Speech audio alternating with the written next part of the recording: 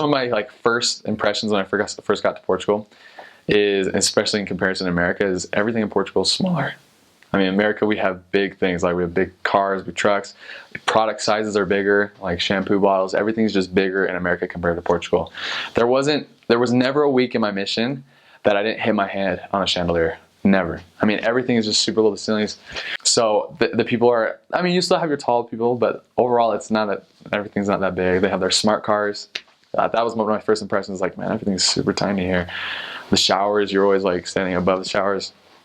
So, man, Portugal life, it's a humble life. The money system there is the euro, and the Portuguese economy took a big shot from switching to the euro.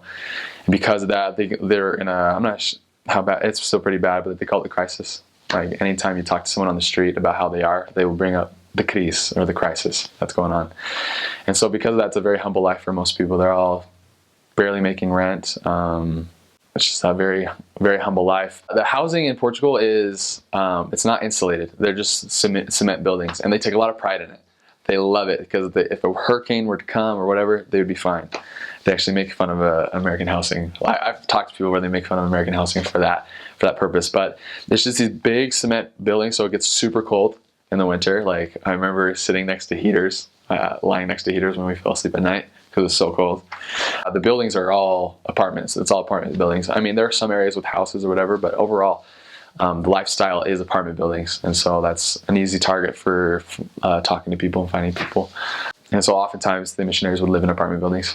It's not often that you'll see someone with a dryer unless they have a lot of money or a little bit more. So you'll wash your clothes and you'll hang dry. That's the thing there, that you always hang dry your clothes. And so in the winter, because it's so humid in Portugal, and it's cold, it'll take days for your clothes to dry as you leave it to hang.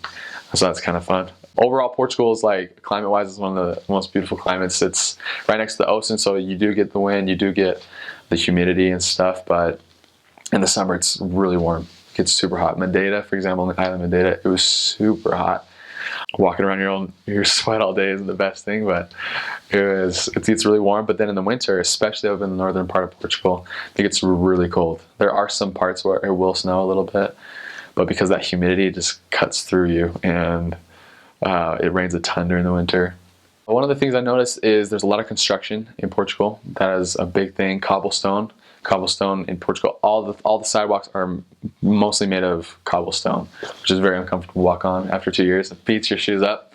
And so there's tons of people who do that to help out with a cobblestone, because the people I taught were more humble people, so they didn't have all these skills that these higher classmen had. And so a lot of people I met was finding jobs in construction, finding jobs in restaurants.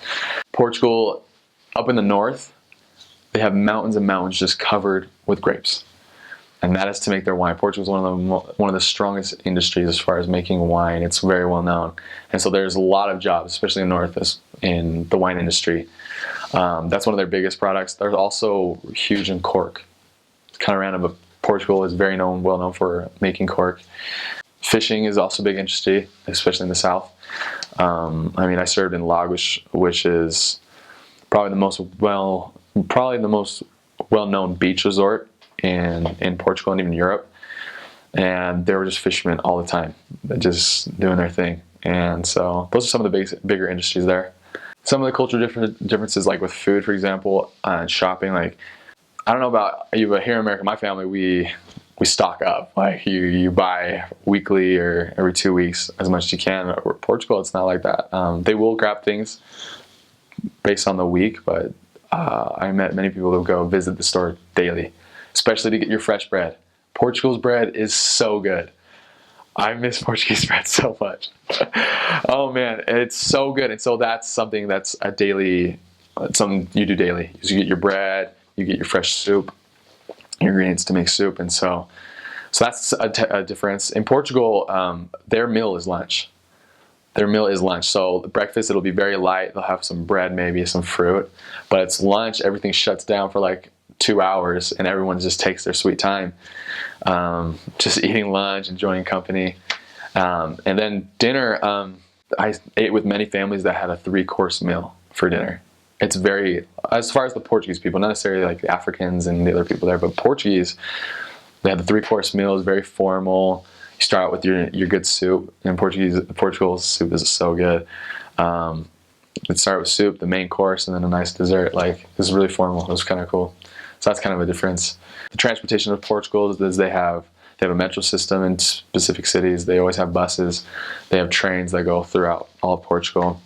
And those can get pretty pricey depending on where you're going. I think we were given, depending on the area, anywhere from 60 euros to 100 euros just to spend on transport for about a month or 2 weeks. So it does get kind of pricey after a while. Something I love about Portugal is they use their coins. Whereas America, like, we get a penny, what am I going to do with this, right? Portugal, because their bread and stuff is so cheap, they use their coins. They call them moedas.